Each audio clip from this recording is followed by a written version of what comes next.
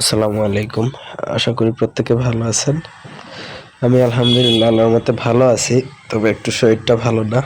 সবার কাছে সুস্থতার জন্য দোয়া প্রার্থনা করতেছি। যাই হোক, আমি আজকে যে ভিডিওটা আপনাদেরকে দিব সেটা হচ্ছে একটা বশীকরণ। তবে এটা একটা নিকৃষ্ট বশীকরণের নকশা।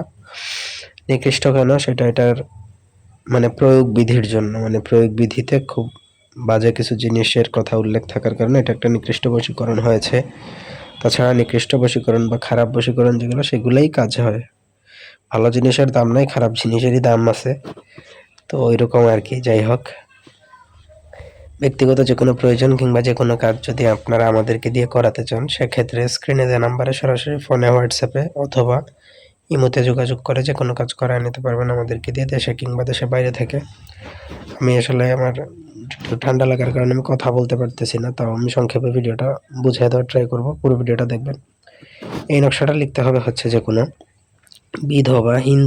বিধবা হিন্দু মহিলার মাসিকের রক্ত লাগবে, আপনার নিজের বীর্য লাগবে, যে করবে তার বীর্য লাগবে, এবং যে কোনো একজন বিধবা হিন্দু মহিলার মাসিকের রক্ত লাগবে। এই দুইটা জিনিস একত্রে মিশাবেন।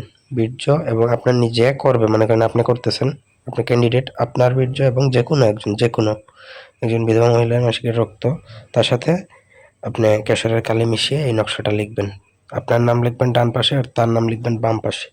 এইভাবে আপনাকে নকশাটা লেখা কমপ্লিট করতে হবে। এখানে যেই মেয়ে বা যেই ছেলের জন্য করবেন, তার যেই আপনি যেই মেয়ের জন্য করবেন তার কোনো রক্তের প্রয়োজন নেই।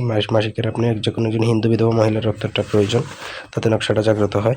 তারপরে আপনাকে নকশাটা লিখে, ভোজপাতার মধ্যে লিখে শরবতের সাথে গুলিয়ে আপনি যাকে খাওয়াবেন বা যেই মেয়ে বা যেই ছেলেকে খাওয়াবেন, সেই কিন্তু আপনার বশীকরণ হয়ে যাবে এবং এটা আজীবনের জন্য স্থায়ী হয়ে যাবে। এটা আর কাটানো কারো পক্ষে সম্ভব না। ধন্যবাদ।